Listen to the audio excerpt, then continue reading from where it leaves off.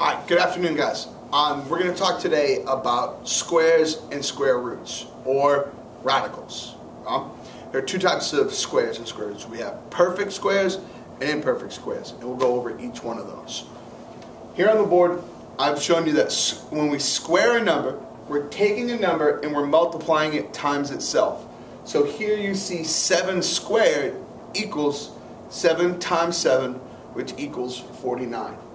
And I've listed the perfect squares 1 through 15. 1 squared is 1, 2 squared is 4, 3 squared is 9, 4 squared is 16, 5 squared 25, 6 squared 36, 7 squared 49, 8 squared 64, 9 squared 81, 10 squared 100. 11 squared is 121, 12 squared 144, 13 squared 169, 14 squared 196, and 15 squared is 225.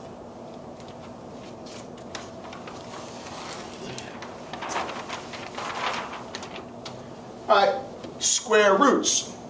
So when we're trying to find the square root of a number, it's asking us what number, when multiplied times itself, equals the number inside the radical. The radical is the square root sign. Okay? For example, if we have the square root of 49, we're looking for what number multiplied times itself equals 49. So 7 times itself is 49. Therefore, the square root of 49 equals 7. This would be a perfect square. We have a whole number with no decimals. Square root of 49 would be considered a perfect square.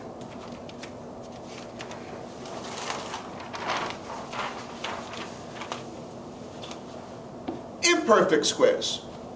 We need to determine which two perfect squares does the non-perfect square fall between. Okay? So for example, if we have the square root of 46, 46 is not a perfect square. However, 49 is 7 squared and 36 is 6 squared. So 46, the number would fall between 6 and 7. So the square root of 46 is somewhere between 6 and 7. Now 46 is closer to 49 than it is to 36. So this number would fall closer to 7 than it would 6. So if you were asked to round to a whole number, we would round to 7, because square root of 46 is closer to the square root of 49 than it is to 36.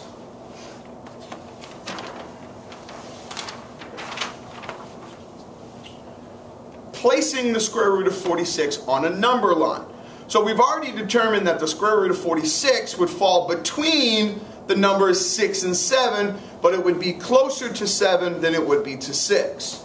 Alright, so I have 5, 6, 7. Square root of 36 is 6 here on my number line. The square root of 49 is 7, which would fall here on my number line. And then close to 7, between 6 and 7, closer to 7 than 6, we have the square root of 46. So it would fall here on the number line.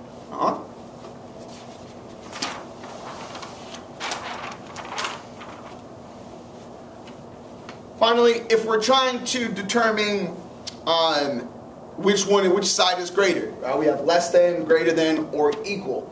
So I have a problem. We have the square root of 15 plus 4, the square root of 10 plus 7. So I'm trying to determine, is this side less than this side, greater than this side, or is it equal to this side? Okay? So we're trying to figure out where would we order them, right? Ordering. So what I want to do is first is round my squares. They're imperfect. So square root of 15 would fall between 3 and 4, right? 9 and 16, but it would be closer to 4. So I'm going to round that number to 4 and add 4, and I get a total of 8. On this side, I have the square root of 10, which would be between 3 and 4. 3 squared is 9, 4 squared is 16. 10 is between 3 and 4. Square root of 10, I mean. But it's closer to 3 than it would be to 4, so we're going to round to 3. So 3 plus 7, 10. So you see 8 is less than 10, which means that this equation square root of 15 plus 4 is less than the square root of 10 plus 7. Alright, that's it guys. I hope you guys have a better understanding of radicals, squares, and square roots. Remember, when we square a number, we're multiplying it times itself as opposed to multiplying it times 2.